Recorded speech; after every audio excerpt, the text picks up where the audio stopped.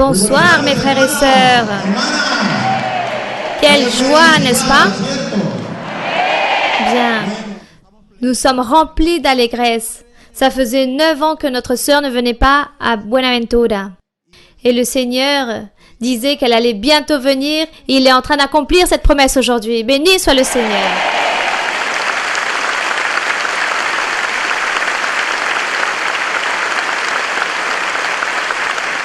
Mon nom, c'est Gustavo Suarez et mon frère est Fred. Et Fred Suarez pour vous servir.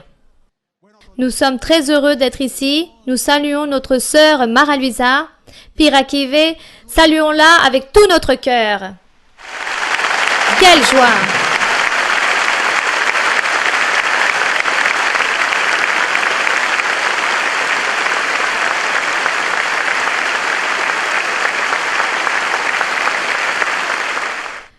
Ici, nous sommes en compagnie de tous les frères et sœurs des œuvres d'El Valle. Oui. Et où sont les frères de Buenaventura? Bien. La sœur Mara Luisa, c'est une femme très belle, très merveilleuse par rapport à Dieu. Nous nous sommes vus avec la sœur à Cali et elle me disait, les frères et sœurs de Buenaventura, je donnerai tout pour avoir un hélicoptère et aller les voir. Et la vérité, ma sœur, ce souhait aujourd'hui s'est accompli. Béni soit le nom de notre Dieu.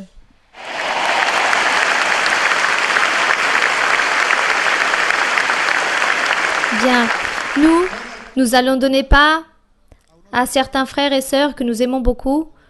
Le frère Carlos Alberto, le frère Andrés. Nous sommes très joyeux de vous avoir ici et jouir de cette grande bénédiction. Nous allons donc donner part à nos frères et sœurs. Bienvenue mes frères et sœurs, avec tout notre cœur. Quelle joie! Que Dieu vous bénisse. Quelle allégresse de pouvoir être aujourd'hui ici avec vous tous et avec ce cadeau que Dieu est en train de donner à Buenaventura et une partie d'El Valle aussi. Car aujourd'hui, nous avons quelqu'un de très spécial parmi nous qui s'appelle comment? Comment? On n'entend pas? Oui, quelle bénédiction de pouvoir être en face, à côté, aujourd'hui ici, ensemble, avec quelqu'un de Dieu, une femme de Dieu. Ça, c'est une grande récompense. Et la bénédiction qui va se réaliser aujourd'hui va être très grande. Et tous vont se souvenir de cette journée et beaucoup de personnes vont changer dans leur vie. Gloire au Seigneur.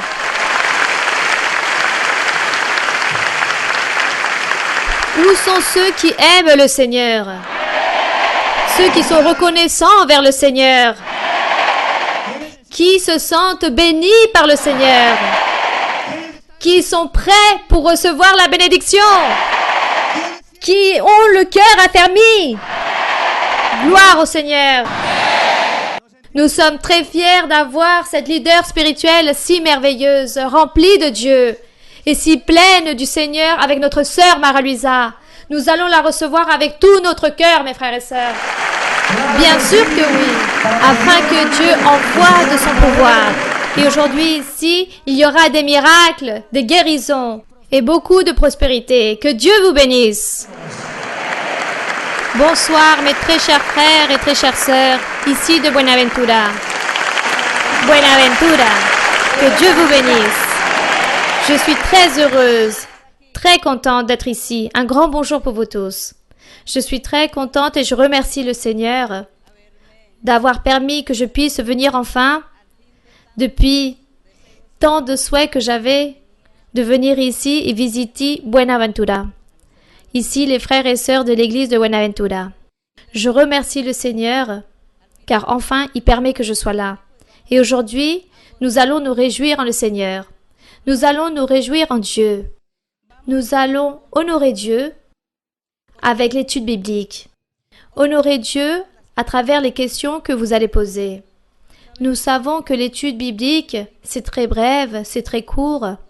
Et surtout, lorsqu'il y a beaucoup de frères et sœurs présents, c'est impossible.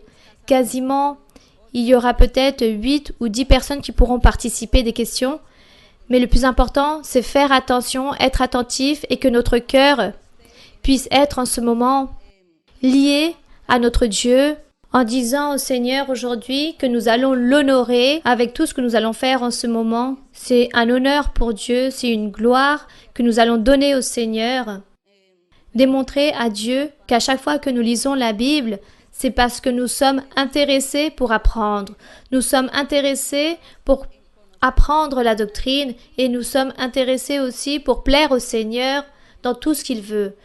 Lorsque nous lisons la Bible, lorsque nous pensons en lui, lorsque nous méditons en lui. Et aujourd'hui, nous allons dédier ce temps pour Dieu. Et au Seigneur, nous lui disons que lui, il puisse recevoir cette louange, qu'il reçoit des sacrifices spirituels que nous sommes en train de faire aujourd'hui pour son honneur et pour sa gloire, car lui, il le mérite. Donc aujourd'hui, vous êtes venus avec une espérance, avec l'espérance de recevoir du Seigneur des bénédictions. Mais aussi, il faut venir avec le souhait de donner à Dieu son lieu et donner l'honneur et la gloire et la louange à notre Dieu.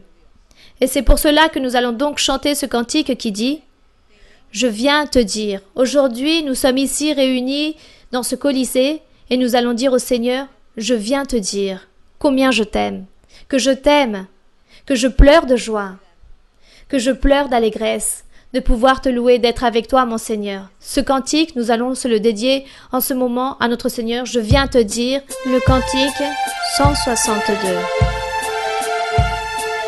Chantons au Seigneur.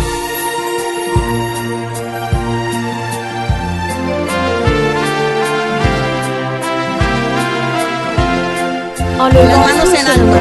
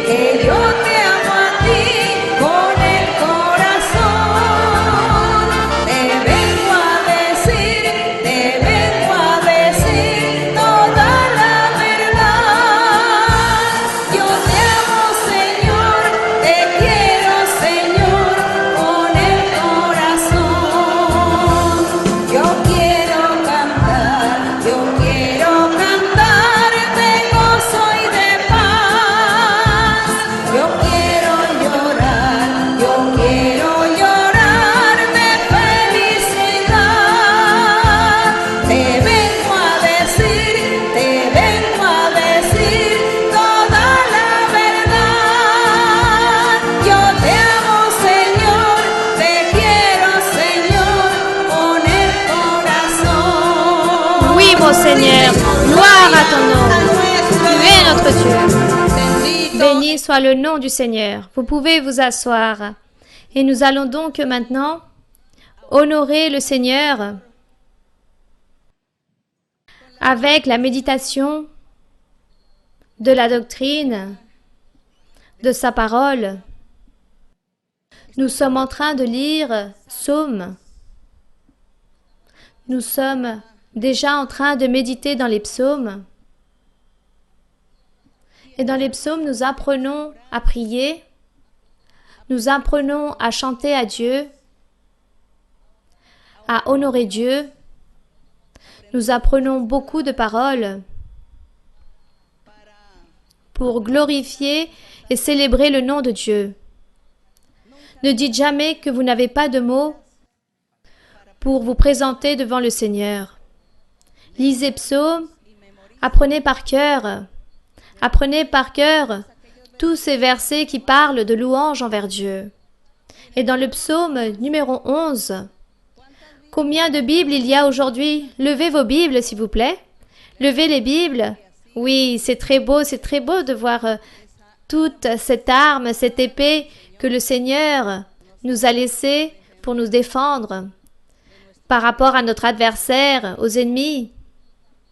Et aussi, cette épée à double tranchant dans laquelle nous apprenons de la doctrine et à travers laquelle Dieu se manifeste dans nos vies, car Dieu vit et il vivifie sa parole.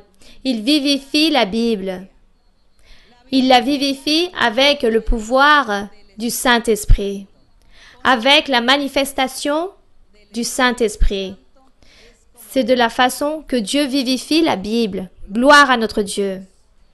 C'est pour cela que nous croyons en ce qui est écrit dans la Bible, car le Seigneur se manifeste entre nous, en train de nous démontrer que tout ce qui est écrit, on le vit aujourd'hui. Dieu le vit avec nous. Nous le vivons avec Dieu. Amen. Gloire au Seigneur. Psaume numéro 11. Dans le psaume numéro 11, il dit ainsi: « C'est en l'Éternel que je cherche un refuge. » Comment pouvez-vous me dire « Fuis dans vos montagnes comme un oiseau » disait le Seigneur Jésus-Christ, à travers la bouche du roi David. Le roi David, pris par le Saint-Esprit, inspiré par Dieu, il était en train de fuir de ses ennemis, car le Seigneur Jésus-Christ aussi a dû fuir de ses ennemis. Tout le temps, il était en train de fuir, de se cacher, car on le cherchait pour lui enlever la vie. Et c'est pour cela que le Seigneur Jésus, dans la bouche du roi David, il lui disait « En l'Éternel, je cherche un refuge ». Donc, pourquoi quelqu'un me dit que je dois me fuir, que je dois aller sur une montagne fuir et fuir du danger? Oui, car il dit « Si nous déposons notre refuge, notre confiance en Dieu, car c'est le maximum que nous pouvons faire en tant qu'être humain dans la vie. Si nous déposons notre confiance en Dieu, pourquoi nous allons avoir peur? Et à qui ou à quoi?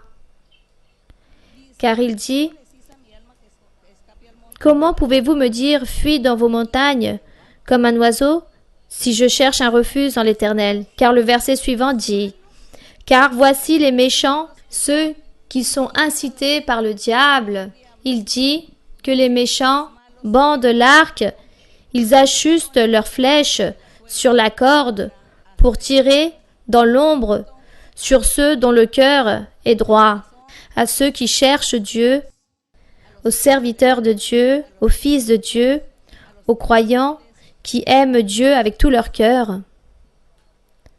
Voilà ce que fait le méchant. Voilà ce qu'il a fait avec le Seigneur Jésus et avec ceux qui le suivent, avec ses croyants, avec ses fils. Dans le verset 4, il dit « Quand les fondements sont renversés, le juste, que ferait-il » Ce verset, c'est la réponse du numéro 1.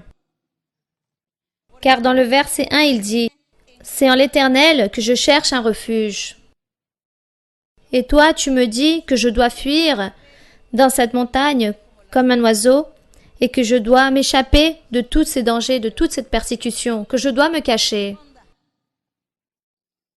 Donc, quels sont les fondements? Les fondements, c'est la confiance, l'espérance et la foi en Dieu. En l'Éternel, j'ai déposé ma confiance. Et si nous, autant que personne que nous disons que nous avons Dieu et que nous sommes confiants en lui, que nous croyons et que nous sommes confiants, arrive un danger, n'importe quelle tribulation, immédiatement je me cache, je fuis, car j'ai peur. Donc, quelqu'un va venir me dire, tu étais la colonne de ton église, de ta croyance, moi, je m'appuyais en toi, en ta confiance, en ta foi, et maintenant, tu es lâche, tu fuis, tu as peur. Et qu'est-ce que tu prêchais? N'étais-tu pas en train de dire qu'il fallait être confiant et croire en Dieu, que lui c'est le tout dans la vie de l'homme, et maintenant tu te caches? Alors s'accomplit ce verset. Si les fondements se renversent, alors que va faire le juste? Si Dieu n'est pas avec nous, si le Seigneur Jésus-Christ ne serait pas affronté au diable avec son pouvoir, lui, c'est le fondement. Le Seigneur Jésus, c'est le fondement de la vie spirituelle, de tous les êtres, de tout celui qui croit en lui, de tout celui qui un jour arrivera à la présence de Dieu. Béni soit le nom du Seigneur. Le Seigneur Jésus, c'est le fondement. Et lui, il disait, si je suis lâche, comme il dit dans le verset 1, si les fondements se renversent, alors que fera le juste? Rien. Car il a prêché, il a publié, il a parlé qu'il croyait en un Dieu tout-puissant. Et au moment de l'épreuve, il a fui. C'est pour cela, le verset 4. Si ces fondements sont renversés, le juste, il ne pourrait rien faire. Sans Dieu, sans le pouvoir de Dieu, sans la manifestation d'un Dieu vivant, nous ne pourrions rien faire. C'est pour cela que nous ne devons pas douter, ne soyons pas lâches, car Dieu vit, Dieu est là, il est proche de tout celui qui le cherche, de tout celui qui l'invoque, de tout celui qui fait sa volonté. Et pour cela, nous donnons l'honneur et la gloire au Seigneur. Donc, la réponse dans le verset 4. Après toutes ces questions, après cette méditation de ces questions, de ce raisonnement, si nous, autant que croyants, on se considère que nous sommes les fondements de Dieu, nous sommes ces colonnes de l'Église du Seigneur, et si nous nous nommons colonnes du Seigneur, arrive le moment où nous devons fuir à cause de la peur, quelqu'un peut nous dire, bon, vous parliez tellement et vous prêchiez et vous disiez que vous étiez la colonne de votre Église et regardez comment vous êtes. Hors de votre Église, vous êtes en train de vivre dans le monde comme dans votre vie antérieure. Par logique, les personnes vont dire cela. Mais nous remercions le Seigneur car le Seigneur Jésus aussi a vécu ces épreuves, car lui aussi il publiait et il prêchait et l'ennemi lui disait toutes ces choses, fuis, cache-toi, car tu as du pouvoir pour le faire. Et lui disait non, car un jour on va me demander pourquoi je suis le fondement et si je me cache, alors le juste, le croyant, en qui ils vont croire? En qui ils vont croire? En qui ils vont se soutenir? Donc, le Seigneur donne une réponse dans le verset 4 où il dit, vous pouvez lire s'il vous plaît ce verset. L'Éternel est dans son saint temple. L'Éternel a son trône dans les cieux. Ses yeux regardent, ses paupières sondent les fils de l'homme. C'est une réponse merveilleuse. En l'Éternel, je suis confiant, car en lui il y a son saint temple, son église, gloire au Seigneur. L'Éternel a dans les cieux son trône, gloire à notre Dieu. Ses yeux, les yeux de l'Éternel nous regardent, ses paupières sondent, examinent. Qui? Les fils de l'homme ou l'humanité. On pourrait dire l'humanité. Dieu est en train de nous regarder, de nous examiner. Il regarde toute l'humanité et il examine ses fils, ses croyants. Ça, c'est la réponse du verset 1. Et ensuite, il dit, dans le verset 5, il dit, « L'Éternel sonde le juste, il le met à l'épreuve. » Faites attention, mes frères et sœurs. Il y a des personnes qui disent, si une personne vit dans la perfection, dans la droiture, si la personne ne pêche pas, elle fait des bonnes choses envers Dieu, jamais il va lui arriver des choses mauvaises. Est-ce que c'est vrai? Ici, qu'est-ce que d'autre dit ce verset 5? L'Éternel sonde le juste. Mais c'est le juste. Aussi, il châtie celui qui commet des infractions. Dieu châtie le méchant, mais au juste, il le met à l'épreuve. Il permet que des jours mauvais lui arrivent, que des tribulations arrivent, des maladies, des accidents, des persécutions, des morts, de la pauvreté. Bon, peu importe la persécution, des calomnies, des injures. Peut-être Dieu permet tout cela pour le juste, à ses fils, à ses croyants qui sont en train de faire la volonté de Dieu. Ils sont en train de chercher Dieu. Il les met à l'épreuve. C'est pour cela, lorsque l'épreuve arrive, ne nous inquiétons pas. Attachons-nous et soyons confiants en lui. Car l'épreuve ne va pas durer tant de temps. Et s'il y a des épreuves qui pour vous durent trop longtemps, alors examinez-vous, car peut-être ce n'est pas une épreuve, mais un châtiment. Peut-être c'est un châtiment que vous êtes en train de recevoir de la part de Dieu à cause de votre péché, à cause de votre désobéissance, car vous êtes en train de commettre beaucoup de fautes devant le Seigneur. Mais parlons de l'épreuve. L'épreuve est très courte. Mais il faut continuer vers l'avant. Et l'Éternel dit qu'il sonde le juste, mais au méchant et celui qui se plaît dans la méchanceté, la violence, il dit que l'âme de Dieu les déteste, c'est-à-dire que Dieu s'éloigne. Dieu s'éloigne de ces personnes qui commettent des mauvaises choses. Dieu les regarde, mais il est très loin. Il ne les aide pas, il ne les bénit pas, il les laisse seuls. Dans le verset 6, il dit, « Il fait pleuvoir sur les méchants des charbons, car les méchants ont toujours la souffrance, l'amertume, ils n'ont pas de paix. Peut-être beaucoup de personnes dans le monde ont beaucoup de richesses, beaucoup d'abondance, mais il n'y a pas de joie, il n'y a pas de paix. Car Dieu s'éloigne. Car Dieu ne leur tend pas la main pour leur donner l'allégresse que lui, il est en train de nous donner. Cette joie que Dieu nous donne. Dans le verset 7, lisons tous le verset 7. Car l'Éternel est juste, il aime la justice, les hommes droits contemplent sa face. Donc il dit ici, en train de terminer dans le verset 6 où il dit que pour les méchants, Dieu fait pleuvoir des charbons, du feu, du soufre, un vent brûlant. Ça, c'est la portion du calice de tous ceux qui ne font pas la volonté de Dieu.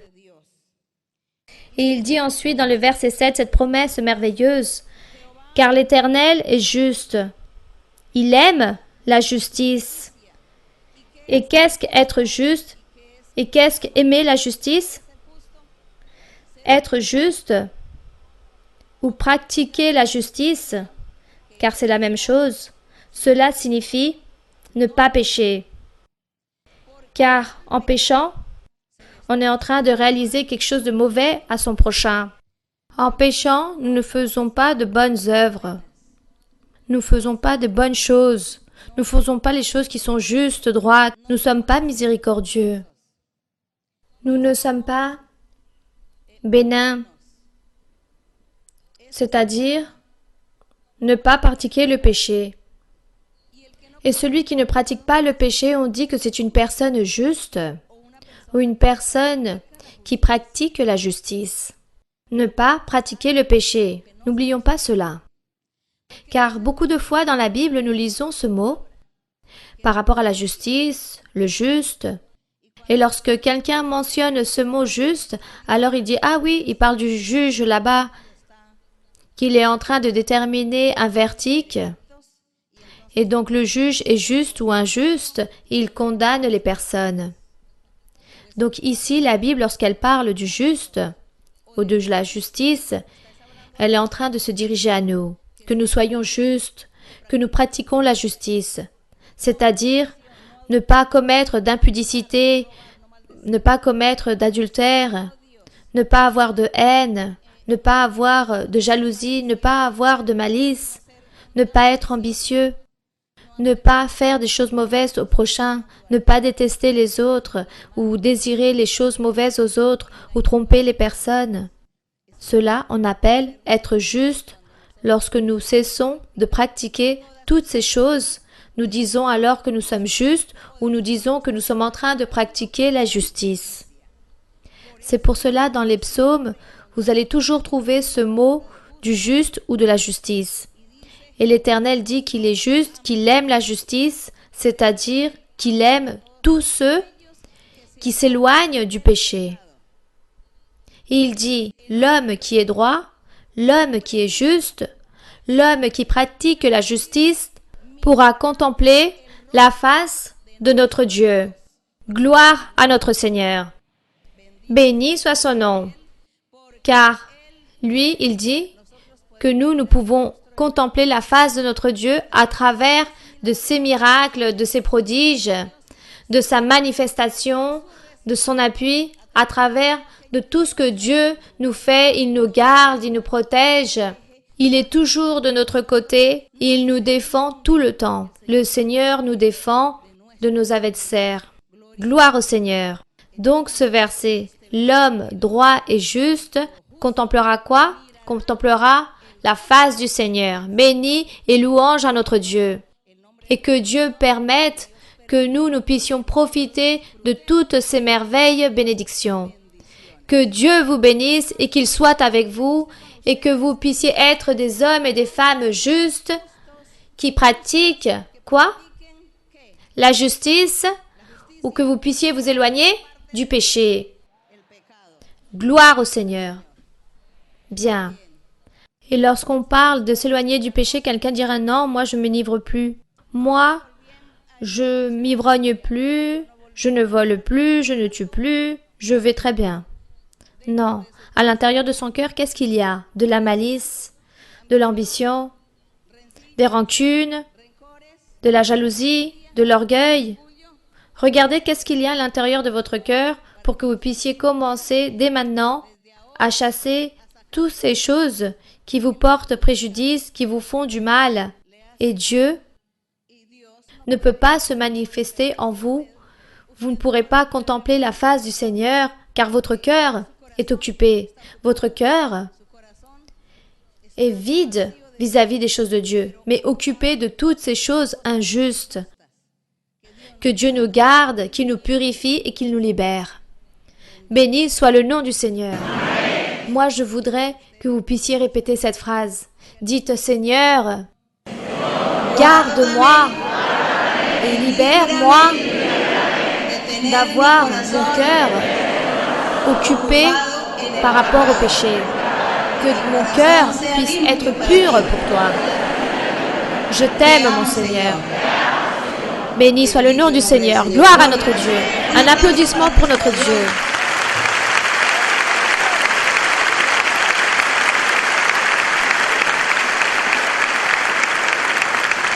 Merci au Seigneur. Merci à notre Dieu. Seigneur, tu sais que nous t'aimons. Nous t'aimons, mon Seigneur. Nous sommes ici pour amour à toi. Nous allons donc commencer les questions. Les questions dans la journée d'aujourd'hui. Où sont les micros? Et s'il y a quelqu'un qui est déjà prêt et préparé, alors puissiez commencer avec la première question. Bonsoir ma sœur Mara Luisa. Que Dieu vous bénisse et qu'il puisse bénir tous mes frères et sœurs dans la journée d'aujourd'hui. C'est un vrai privilège aujourd'hui que j'ai de pouvoir me diriger à vous. Ma sœur, l'être humain que je suis devenu aujourd'hui, c'est dédié à aimer Dieu, à vous aimer. Ma sœur, ma question se trouve dans Genèse, chapitre 49, versets 3 et 4. Oui, mon frère. Je peux lire, ma sœur? Genèse 49.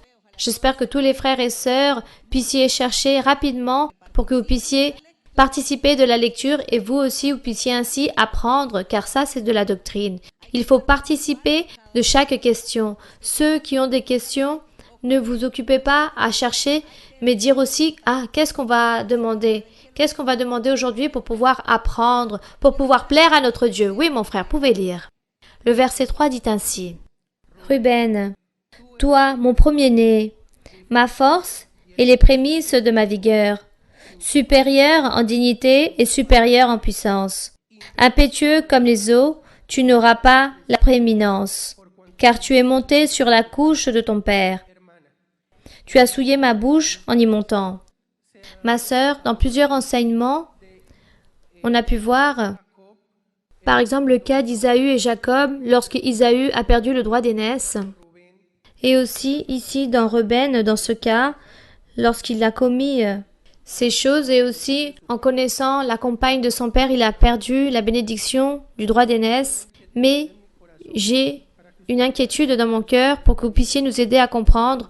Lorsque Jacob décide de bénir Éphraïm et Ménassès, qui sont les fils de José, il leur fait croiser les bras lors des impositions des mains. Est-ce que dans ce cas, on pourrait aussi considérer ou parler de cette perte de droit d'aînesse, tout en sachant que dans l'Antiquité, le droit d'aînesse, c'était une grande bénédiction et n'était pas donné à celui qui était né ensuite.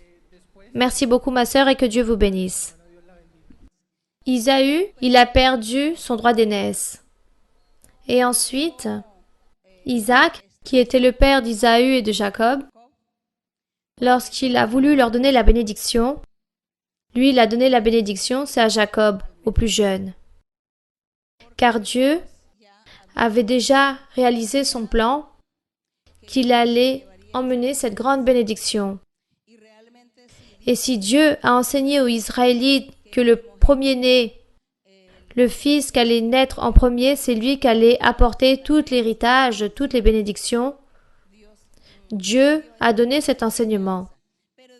Et Dieu a fait beaucoup de choses différentes par rapport à ces enseignements pour châtier aussi et aussi pour réprimander la désobéissance de certains êtres qui, à l'époque, étaient en train de déplaire à Dieu. Ils n'ont pas fait la volonté du Seigneur. Par exemple, dans le cas d'Isaü, c'est pour cela qu'il a perdu sa bénédiction. Le peuple d'Israël se scandalisait comment allait arriver quelque chose qui n'était pas écrit dans la loi, car il s'était sorti de la loi. Ça, ce n'est pas la loi. La loi dit que ça doit être le premier-né, oui, mais comme le premier-né lui a manqué à Dieu, alors Dieu a nommé une autre personne. Dieu nous démontre donc que lui aussi, il établit des lois, des règles, des statuts dans la Bible. Et on suppose que nous devons suivre au pied et à la lettre tous ces règlements qui sont écrits dans la Bible. Mais le Seigneur réalise des exceptions dans la vie de l'homme, dans la vie des croyants, de son Église, de ses fils.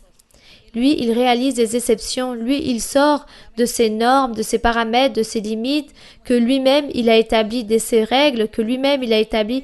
Lui, il a le droit de pouvoir sortir de ses normes, de ses règles pour pouvoir bénir ou maudire ou enlever ou donner quelque chose à quelqu'un qui mérite ou pas. Dieu peut faire toutes ces choses. L'homme ne peut pas faire cela. L'homme, il doit accomplir tous les règlements. Mais Dieu peut le faire. Donc le Seigneur, il a bien béni les fils de José, il a béni aussi le plus jeune, il n'a pas béni le majeur. Ça, c'était la volonté du Seigneur. Bien, continuons. Mes frères, bonsoir, que Dieu vous bénisse. Ma sœur Mara Luisa, bienvenue ici dans cette ville de Buenaventura. Que l'honneur et la gloire soient pour le Saint d'Israël. qui aujourd'hui nous permet de réaliser et de profiter de cette grande bénédiction. Ma sœur Mara-Luisa, la question se trouve dans Romains 9, versets 16 et 18. Ma sœur, si vous me le permettez? Oui, ma sœur. Romains 9, versets 16 et 17 et 18. Oui. Romains 9, verset 16. Ainsi donc, cela ne dépend ni de celui qui veut, ni de celui qui court, mais de Dieu qui fait miséricorde. Et dans le verset 18, il dit, « Ainsi, il fait miséricorde à qui il veut, et il endurcit qui il veut. » Ma sœur Mara-Luisa, ma question est par rapport à Salomon. En effet, pour qui était la grande miséricorde que Dieu avait? C'était pour le Père, le Fils, ou c'était un propos divin? Car Dieu a donné au roi David un fils qui a hérité ce trône avec la même femme avec qui il a réalisé des abominations et des iniquités contre Dieu. Ma sœur Mara-Luisa, merci beaucoup et que Dieu puisse continuer à vous soutenir. Merci bien. La sœur lit ici dans Romains 9, où ils sont en train de parler par rapport au peuple d'Israël. Le peuple d'Israël a perdu la bénédiction de Dieu. Et Dieu a nommé ou a fondé un autre peuple appelé son Église. Et c'est pour cela qu'ici l'apôtre Paul est en train de donner des explications que Dieu a voulu changer, disons qu'il a voulu changer ces mêmes règles qu'il avait établies dans l'Antiquité par rapport à son peuple d'Israël. Que eux, ils ont perdu cette bénédiction. Et c'est pour cela que dans le verset 16, l'apôtre Paul est en train de dire aux Juifs, il leur dit que l'évangile du Seigneur Jésus-Christ était celui qui était d'actualité, que le peuple du Seigneur n'allait plus dépendre de la loi de Moïse ni de son règlement, mais l'évangile de Jésus-Christ. Et maintenant dans le verset 16, je ne sais pas si vous avez lu ou si vous avez la Bible ouverte dans Romains 9, 16. Vous avez là ouvert? Donc lisez ce verset 16. Ainsi donc, cela ne dépend ni de celui qui veut, ni de celui qui court, mais de Dieu qui fait miséricorde. Donc Dieu a eu miséricorde de son Église, de ses croyants, car les Israélites, ils ont apparemment beaucoup couru, mais ils n'ont pas obtenu ces bénédictions. Et dans le verset 17, il dit, « Car l'Écriture dit à Pharaon, « Je t'ai suscité à dessein pour montrer en toi ma puissance, et afin que mon nom soit publié par toute la terre. Car c'est Dieu qui veut bénir à qui il veut, et il a la miséricorde à qui il veut, il endurcit qui il veut. » Donc Dieu a utilisé Pharaon, il l'a utilisé pour que le peuple d'Israël puisse se former là-bas en Égypte. Et ensuite, Dieu a endurci le cœur de Pharaon pour sortir son peuple. Voilà ce que fait Dieu. Voici donc ce que fait le Seigneur. C'est pour cela que la sœur pose cette question. Rappelez-vous de l'histoire de David lorsqu'il dit qu'il est tombé amoureux d'une femme mariée et David a envoyé l'époux là-bas à la bataille pour qu'il puisse mourir dans cette terre, dans cette bataille, afin qu'il puisse se marier avec cette épouse, car il ne pouvait pas commettre cet adultère. Donc qu'est-ce qu'il a fait? Il n'a pas commis l'adultère, mais il a commis un homicide, pratiquement, parce qu'il a dit « Emmenez-le là-bas, dans la bataille, lorsqu'elle va être très grande, établissez cet homme là-bas en blanc pour qu'il puisse mourir. » Et à Dieu, l'attitude de David ne lui a pas plu. Mais nous voyons par la suite, comme la sœur demande, cette femme tombe enceinte, elle a un fils, comment Dieu peut bénir ce fils? Regardez la volonté du Seigneur. Dieu fait ce qu'il veut. Et nous, on ne peut pas poser de questions. Mais nous voyons ici la miséricorde de Dieu. Comment David a péché, Dieu l'a châtié car il a péché, il lui a fait payer très fort à David, mais à la fin, ce fils qui est né, Dieu l'a béni, car il dit que de là est né Salomon. Salomon fut un prototype de Jésus-Christ, comme ce fils, comme ce roi, cet homme sage. Ça, c'est la miséricorde de Dieu. Ça, c'est la volonté de Dieu Et c'est pour cela que nous devons être très sages, très intelligents, connaître la doctrine du Seigneur, la voix de Dieu, analyser la Bible pour pouvoir déchiffrer tant de mystères, les aptitudes de Dieu, le pourquoi il fait les choses, pourquoi Dieu a fait cela. Et aujourd'hui, nous aussi, nous pouvons vivre des situations très similaires. Et aujourd'hui, nous allons nous alarmer, nous allons nous inquiéter, nous nous surprenons en disant pourquoi cela arrive, pourquoi cette personne a commis ce péché. Elle a péché et maintenant elle a eu des enfants et Dieu est en train de bénir ses fils. Ça, c'est la volonté de Dieu, parce que Dieu est amour, parce que Dieu est miséricorde. Et Dieu châtie le coupable et non les victimes.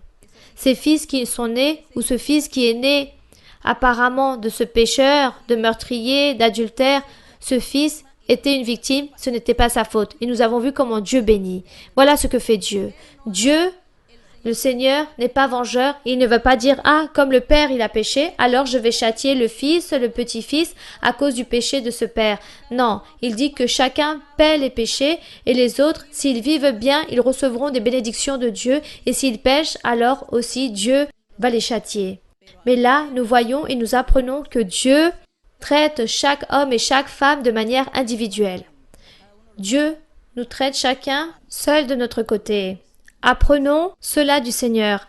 Apprenons la doctrine, c'est ce qu'il y a de plus sage qu'un homme et une femme peut acquérir dans la vie, connaître Dieu. Ça, c'est ce qu'il y a de plus important. Continuons avec les questions. Bonsoir, ma sœur Maralusa, que Dieu vous bénisse. Le temple de Toulois, centre de 40, nous vous saluons avec tout notre cœur et nous vous aimons, en le Seigneur. Ma sœur Maralusa, j'ai une question dans le 2e livre de Chroniques, chapitre 25. Tous les frères et sœurs, soyez dans le 2e livre de Chroniques, chapitre 25, du verset 15, 16 et 19. Le verset 11 aussi dit. Donc 2e livre de Chroniques, chapitre 25, du verset 15. Oui. Alors la colère de l'Éternel s'enflamma contre Amasya et envoya vers lui un prophète qui lui dit « Pourquoi as-tu recherché les dieux de ce peuple quand ils n'ont pu délivrer leur peuple de ta main ?» Dans le verset 17, il dit « Après s'être consulté, Amasya, roi de Juda, envoya dire à Joas, fils de Joachas, fils de Jéhu, roi d'Israël, « Viens, voyons-nous en face. » Et Joas, roi d'Israël, fit dire à Amasya, roi de Juda, l'épine du Liban envoya dire au cèdre du Liban, « Donne ta fille pour femme à mon fils, et les bêtes sauvages qui sont au Liban passèrent et foulèrent l'épine. » Ma sœur Maralusa, je voudrais, s'il vous plaît, que vous puissiez nous expliquer ces versets, car je les ai lus beaucoup de fois en arrière. J'ai essayé de comprendre, mais je n'y arrive pas. Ici, c'est de l'histoire. Ici, ce qu'on raconte, c'est l'histoire des Israélites, des rois, du peuple d'Israël. Il dit qu'Amasya, roi de Juda, le peuple d'Israël était conformé de combien de tribus, mes frères? De 12 tribus. Il y avait une tribu qui s'appelait la tribu de Lévi. C'était les sacrificateurs. De ces 12 tribus, Dieu a choisi une tribu pour bénir laquelle? La tribu de Juda. La capitale de Juda, Jérusalem. Jérusalem, c'était la capitale de Juda et Dieu s'est centré dans la tribu de Juda en Jérusalem pour bénir, pour lever son temple physique là-bas en Jérusalem. La tribu de Juda. Il y avait 2 rois en Israël, le roi de Juda et le roi d'Israël. Le roi de Juda gouvernait une seule tribu qui était celle de Juda, et le roi d'Israël gouvernait les autres 10 autres tribus. Donc, dans le verset 17, vous êtes dans le verset 17, il dit « Après s'être consulté, Amasya, roi de Juda, envoya dire à Joas, fils de Joachas, fils de Jéhu, roi d'Israël, c'est-à-dire que ce roi de Juda a pris ou a demandé conseil au roi d'Israël. Il lui dit, « Viens, voyons-nous en face. » Et Joas, roi d'Israël, fit dire à Amasia, roi de Juda, l'épine du Liban envoya dire au cèdre du Liban, « Donne ta fille pour femme à mon fils, et les bêtes sauvages qui sont au Liban passèrent et foulèrent l'épine. Tu as battu les Édomites, penses-tu, et ton cœur s'élève pour te glorifier, reste maintenant chez toi, pourquoi t'engager dans une malheureuse entreprise qui amènerait la ruine et celle de Juda? Ce roi d'Israël est en train de dire au roi de Juda, comment est-ce possible que lui, étant le roi de Juda, qui était supérieur, car le roi de Juda était supérieur au roi d'Israël. Malgré que le roi d'Israël gouvernait des villes, cependant, comme Dieu était en train de bénir Juda, le roi de Juda était une personne très importante, car Dieu était toujours là-bas avec le roi de Juda à tout moment pour pouvoir l'aider dans toutes les situations, lors des guerres, lorsqu'il devait se battre avec d'autres nations. Dieu était très irrité avec le roi d'Israël et avec ses tribus. Et c'est pour cela que ce roi d'Israël est en train de dire que lui, c'était l'épine. Je ne sais pas si vous savez qu'est-ce que l'épine. Ce sont des arbustes avec beaucoup d'épines, avec beaucoup de pics, et personne ne peut s'y approcher, même pas les oiseaux, car sinon elles vont se piquer avec ces arbustes, avec tous ces épines. C'est quelque chose qui gêne.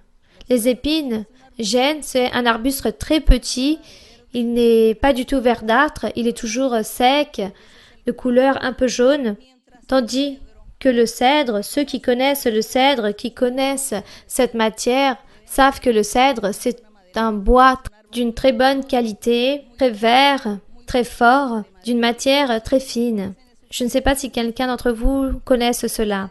Donc il dit que le cèdre, c'était le roi de Juda. Et l'épine, c'était le roi d'Israël.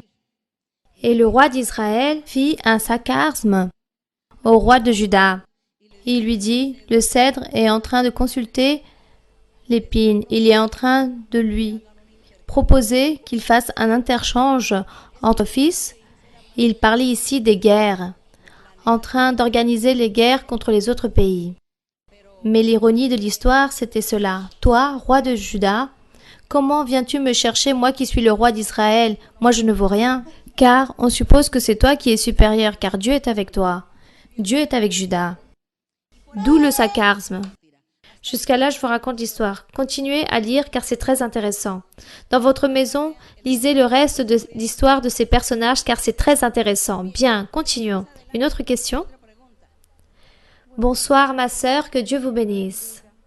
Le peuple de Buenaventura est très heureux et très joyeux de vous avoir car aujourd'hui nous avons une grande visite d'être avec vous, cette mère spirituelle. Que Dieu continue à vous appuyer et à vous bénir. J'ai une question de la Bible, ma sœur, une inquiétude si vous me le permettez. Oui, ma sœur. Ma sœur, ce que j'ai compris, c'est que le peuple d'Israël était opprimé par les nations voisines qui ne connaissaient pas les choses de Dieu, car ils étaient très idolâtres. Car durant 450 années après que Josué est mort, après cela, Dieu a établi des juges, comme il est écrit dans le chapitre 2 de Juges, verset 16.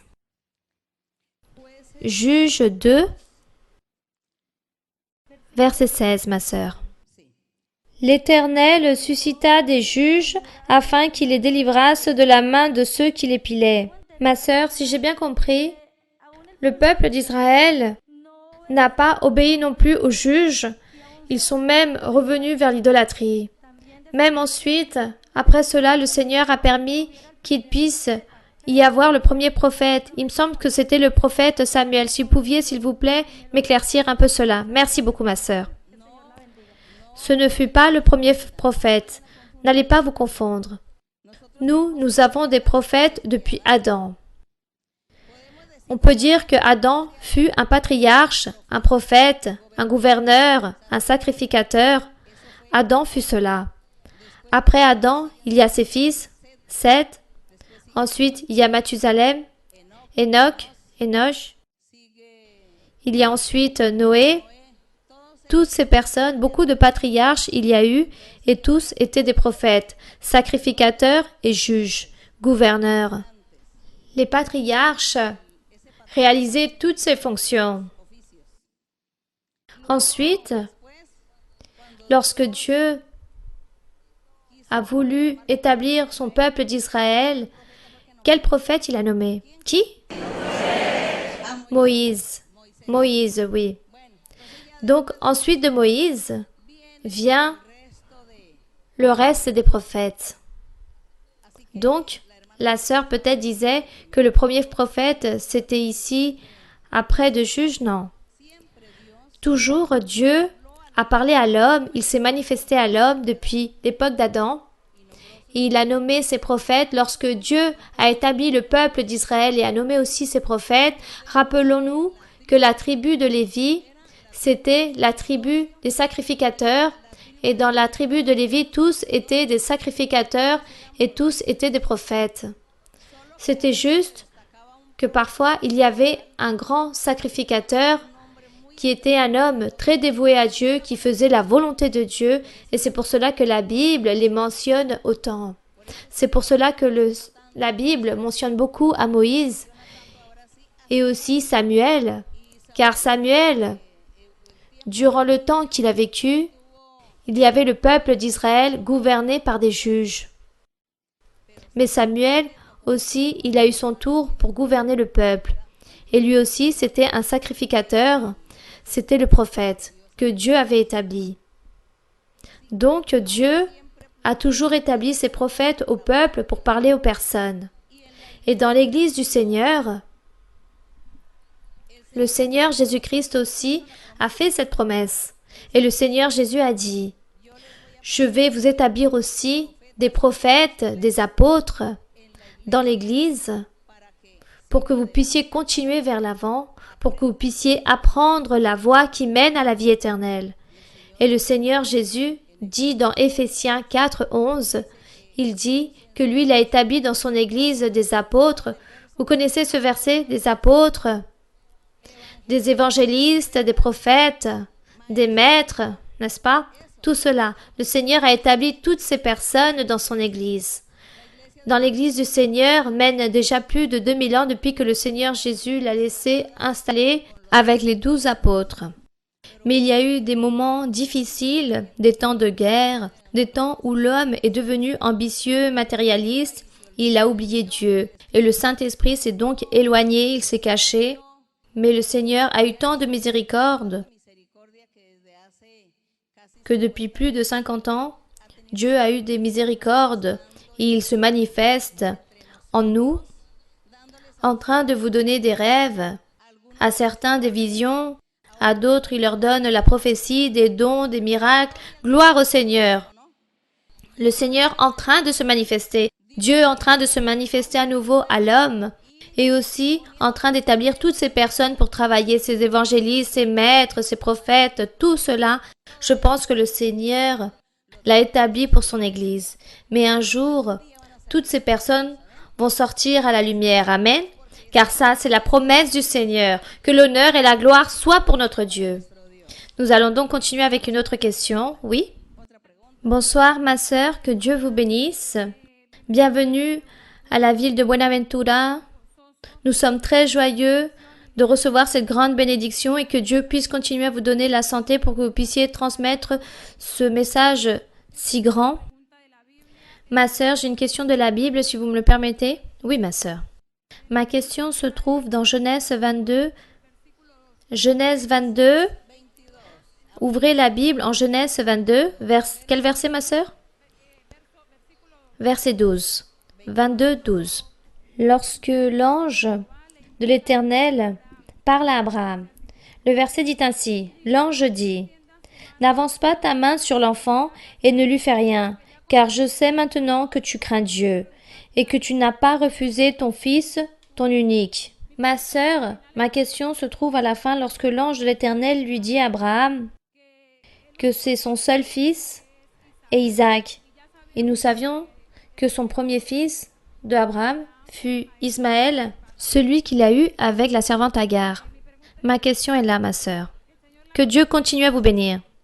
Oui, il dit comment est-ce possible que Isaac soit son unique fils, sachant qu'il avait déjà eu un fils avec sa concubine, avec sa servante. À l'époque d'avant, Dieu avait enseigné au peuple d'Israël,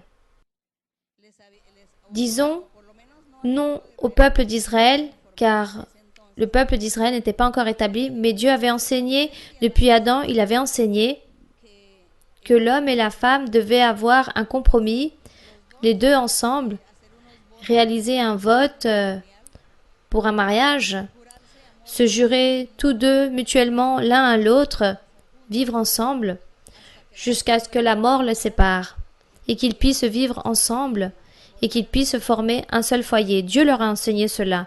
Mais qu'est-ce qui s'est passé? C'est qu'à l'époque d'avant, le diable a commencé à semer la malice entre les hommes et les femmes. Il a commencé à enseigner à l'homme qu'il puisse chercher plus de femmes, en plus d'avoir juste son épouse, et cela fut permis, car on disait qu'il fallait multiplier la terre. Donc Dieu a permis que l'homme puisse avoir beaucoup de femmes pour avoir beaucoup d'enfants. Mais ensuite, Dieu a commencé à changer et interdire des choses. Et il disait, maintenant, tu dois avoir une seule femme, car c'est avec cette femme qui va vivre à tes côtés. Mais l'homme cherchait encore d'autres femmes, et ses fils des autres femmes ne comptaient pas dans le foyer. On ne les comptait pas comme des vrais enfants d'un foyer ou d'un mariage, d'un couple qui avait établi un mariage. C'est pour cela que Dieu n'a pas pris en compte, par exemple, Ismaël, qui fut l'enfant de la servante d'Abraham, car Abraham s'était marié avec Sarah, et eux deux, ils étaient époux et épouses. Donc, ils n'avaient pas d'enfants. Et lorsque Isaac est né, c'est le premier-né du mariage. Les autres, c'étaient les bâtards. Et pour eux, il n'y avait pas de bénédiction. Ils n'avaient pas le droit à cela. Voilà ce qui arrivait dans l'époque d'avant. Donc, c'est pour cela que nous voyons cette histoire d'Isaac. Lorsque Abraham allait le sacrifier, il a obéi, et par amour à Dieu, il allait le réaliser, et lorsqu'il allait le réaliser, l'ange lui interdit. Car pour lui, c'était suffisant la volonté qu'il a eue de plaire à Dieu. Mais, ce sujet-là, que les hommes devaient avoir plus de femmes et avaient leurs enfants, cette coutume a continué. Lorsque le Seigneur Jésus-Christ est apparu pour prêcher l'Évangile, il a trouvé ce phénomène. Il a constaté que l'homme, à part d'avoir sa seule épouse, il avait d'autres femmes. Et le Seigneur Jésus commence son évangile, et le Saint-Esprit commence à enseigner la doctrine et à enseigner à tous, aux apôtres, aux disciples et à toutes les personnes. Il commence à leur enseigner que cette récréation, disons-le ainsi, de la part des hommes allait se terminer. Il a établi un frein à cela et que chaque homme devait avoir juste une seule femme. Et maintenant, c'est une loi et un règlement que le Seigneur Jésus a établi dans l'Évangile et le Saint-Esprit l'a ratifié aussi et a continué à l'enseigner durant des siècles et des siècles. Durant tout ce temps-là, il l'a enseigné aux personnes. Il est toujours en train de confirmer que l'homme ne peut avoir qu'une seule femme. C'est pour cela que maintenant nous trouvons que le Saint-Esprit enseigne aux disciples que chaque homme devait avoir une seule femme, être marié à une seule femme pour pouvoir servir Dieu. Et que chacun devait être responsable, avoir un seul foyer et faire plus attention, être organisé dans ces aspects. Tout cela n'a pas plu au peuple d'Israël. Aux Juifs, cela ne leur a pas plu. Ils n'ont pas accepté cette religion par le fait de tous ces enseignements et tous ces règlements, tous ces changements que Dieu était en train de faire maintenant en les personnes. Le Seigneur Jésus est en train de faire des changements dans son Église. Bien, tout cela est respectable, la volonté du Seigneur, tout ce que Dieu fait, cela est respectable. Le Saint-Esprit, c'est lui qui nous enseigne la doctrine. Si nous n'avions pas le Saint-Esprit avec nous aujourd'hui, alors serions comme n'importe quelle religion, nous serions très matérialistes, mais nous remercions le Seigneur que le Saint-Esprit est en train de nous confirmer chaque jour la doctrine et il nous enseigne. Gloire au Seigneur. Nous allons donc prier le Seigneur et nous allons demander à Dieu qu'il nous aide et nous allons demander au Seigneur, remercier le Seigneur, nous allons louer le Seigneur et nous allons lui demander aussi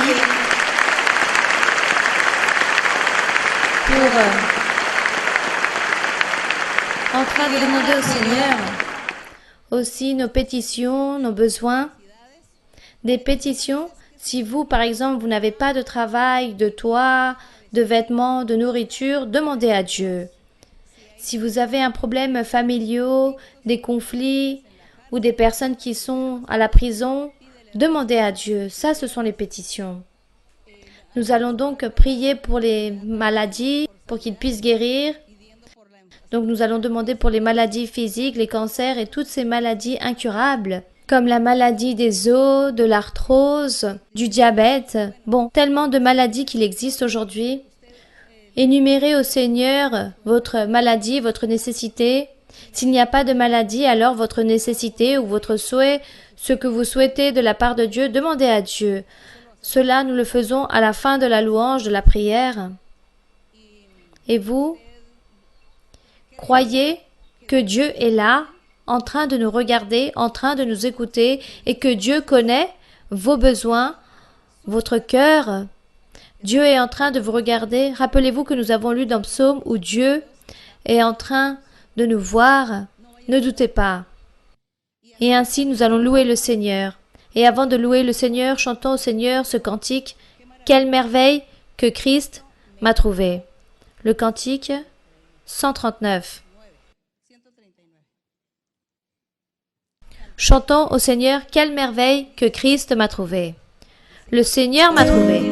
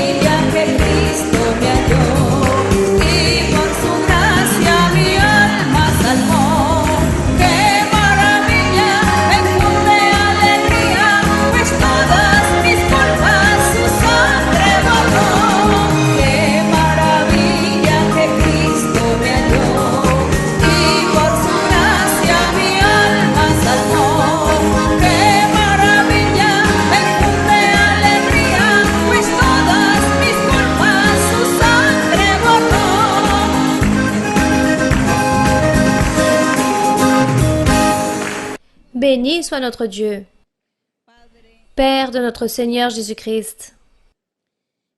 En cette journée, Seigneur, nous te remercions pour nous avoir donné l'opportunité d'être ici aujourd'hui réunis, tous les frères et sœurs de Buenaventura et tous ceux qui nous entourent.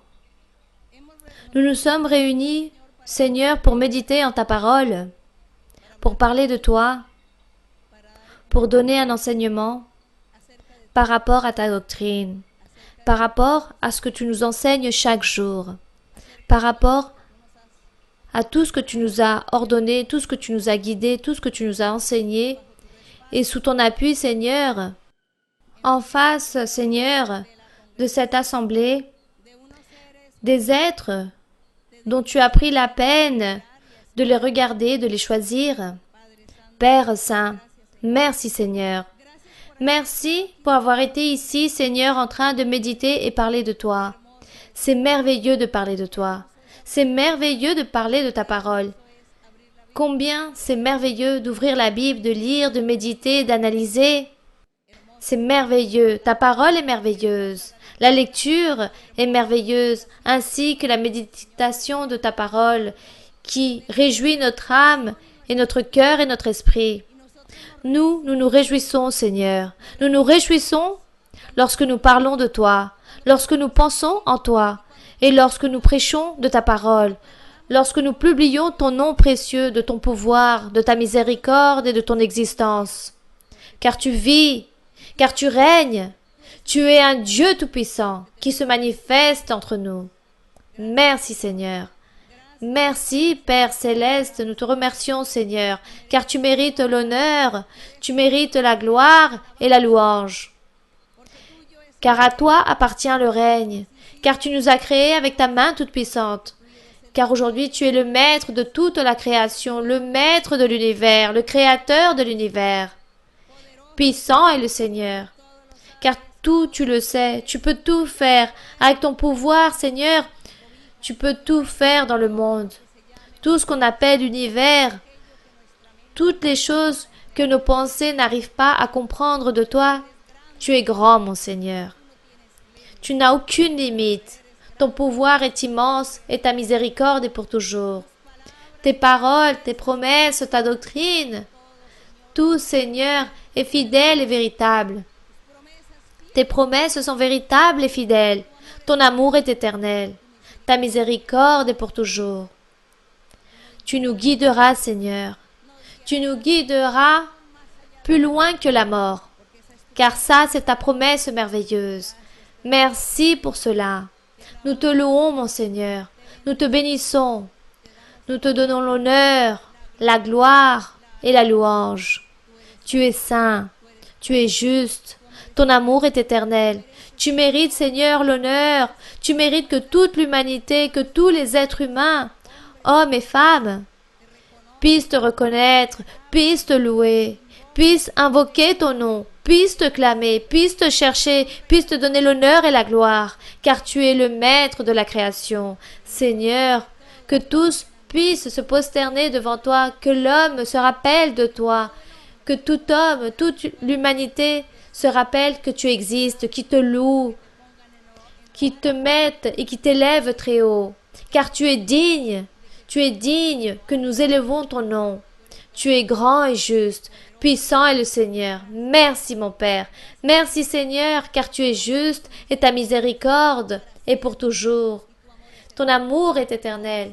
Mon Père Saint, en ce moment je te demande que tu puisses, travers de ta miséricorde, à travers de ta faveur et des promesses que tu as réalisées, que tu tends de ta main toute puissante, et que tu réalises des miracles, des prodiges, des signes en cette journée, en cette soirée et tous les autres jours, dans lesquels nous sommes face à toi, Seigneur, prosternés devant toi, devant ta présence, que nous puissions nous réunir pour te louer, pour t'honorer, pour glorifier ton nom. Que tu te manifestes, Seigneur, à travers des miracles et des prodiges, que tu fasses des miracles et des prodiges, que, Seigneur, à chacun tu puisses donner une bénédiction, des bénédictions matérielles, des bénédictions spirituelles. Et à travers ces bénédictions spirituelles, que tu te manifestes avec la guérison, avec la libération, en train de guérir toute douleur, en train d'enlever toute douleur et en train de guérir tout genre de maladies.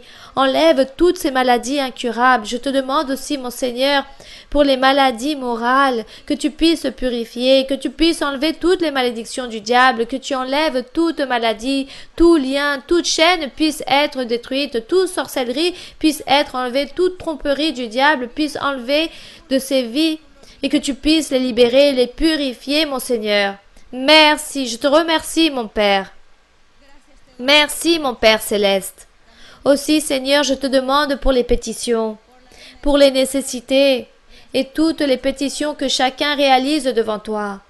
Les besoins aussi, Seigneur, que chacun a. Seigneur, que tu sois en train de donner, que tu sois en train de donner à cette terre, ô Éternel des armées, que tu sois en train de bénir tous ceux qui déposent la confiance en toi, tous ceux qui attendent en toi. Bénis-les, Seigneur, libère-les, Seigneur, purifie chacun d'entre eux et donne-leur cette consolation, donne-leur cette paix, cette joie et cette allégresse, mon Seigneur. Bénis, mon Seigneur, et donne tous les souhaits qu'ils ont dans leur cœur. Donne-leur des vertus, donne-leur le Saint-Esprit, donne-leur des dons spirituels, et que le Saint-Esprit puisse descendre avec son pouvoir, qu'il puisse agiter le Saint-Esprit dans ton peuple, que puisse bouger le pouvoir du Très-Haut, que l'Esprit de Dieu puisse s'agiter au milieu de ceux qui te louent, au milieu de ceux qui te bénissent, au milieu de ceux qui te glorifient. Merci mon Seigneur, merci mon Seigneur, que le Saint-Esprit puisse s'agiter au milieu de l'assemblée d'Israël. Puissant est le Seigneur, puissant mon Seigneur, nous te louons mon Seigneur, que tu sois béni pour toujours, que tu sois béni pour les siècles et les siècles. Saint est ton nom, puissant est le roi, puissant est le Seigneur, puissant est celui qui vit, puissant est le Saint des saints, saint est le Seigneur. Que tu puisses, Seigneur, verser cette ferveur dans ton assemblée. Libère, mon Seigneur. Beaucoup de bénédictions je donnerai, car toutes les bénédictions, je les ai données aujourd'hui. Et je vous ai revêtu du pouvoir, je vous ai revêtu de ma grâce, et je vous ai mis à travers ma miséricorde. Merci, car tous verront mes bénédictions, et tous se réjouiront en mon pouvoir, car à tous je leur ai donné ma bénédiction. À tous je leur ai enlevé ces tâches, je les ai purifiés et je les ai pardonnés, car je suis en train de pardonner beaucoup d'entre vous. La bénédiction est là.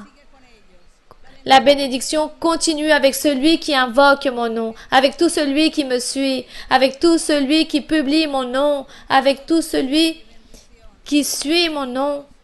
Ma bénédiction est là, avec tous ceux, même qui sont loin, même là-bas, en dehors de ma main. À tout cela, je vais les bénir, et je suis avec eux, et je serai avec eux, car je suis en train de bénir, je suis en train de libérer, je suis en train de rompre les chaînes, en train de rompre tous les liens, en train d'enlever tout mal. Je suis en train de prospérer. Et je suis en train de donner le progrès et la victoire, en train de donner le triomphe et la bénédiction, en train de donner la prospérité spirituelle et matérielle. Oui, tout cela je suis en train de faire, tout cela je suis en train de donner, car beaucoup de changements viendront, beaucoup de triomphes, beaucoup de victoires. Et je me manifesterai au milieu des miens, je me manifesterai au milieu de mon peuple, et je serai attentif aux clameurs de chacun. Je serai attentif à leurs prières, à leurs clameurs. Je serai dans chacun, dans leur vie, dans leur cœur, et je serai en train de surveiller les pas de beaucoup. Merci Seigneur. Merci Éternel Dieu. Merci le Tout-Puissant. Puissant est le Roi. Merci Seigneur pour ta présence. Pour ta grande présence, merci. Nous te louons, nous te louons, nous te glorifions, nous te donnons l'honneur, nous te donnons la gloire.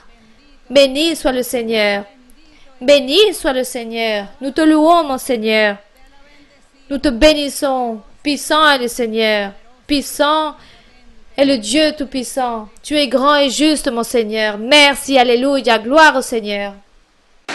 El gozo del Señor mi fortaleza es, el gozo del Señor mi fortaleza es, el gozo del Señor mi fortaleza es, y su gozo sin medida Él me da.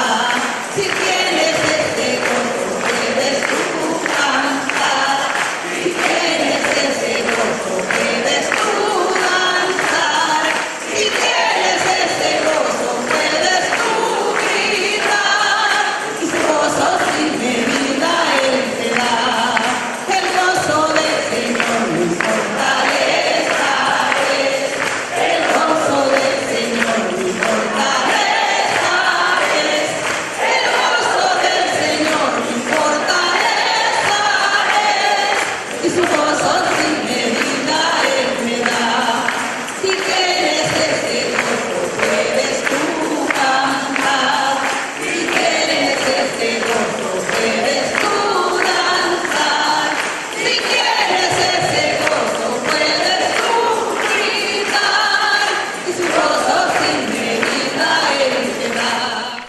Gloire à Dieu.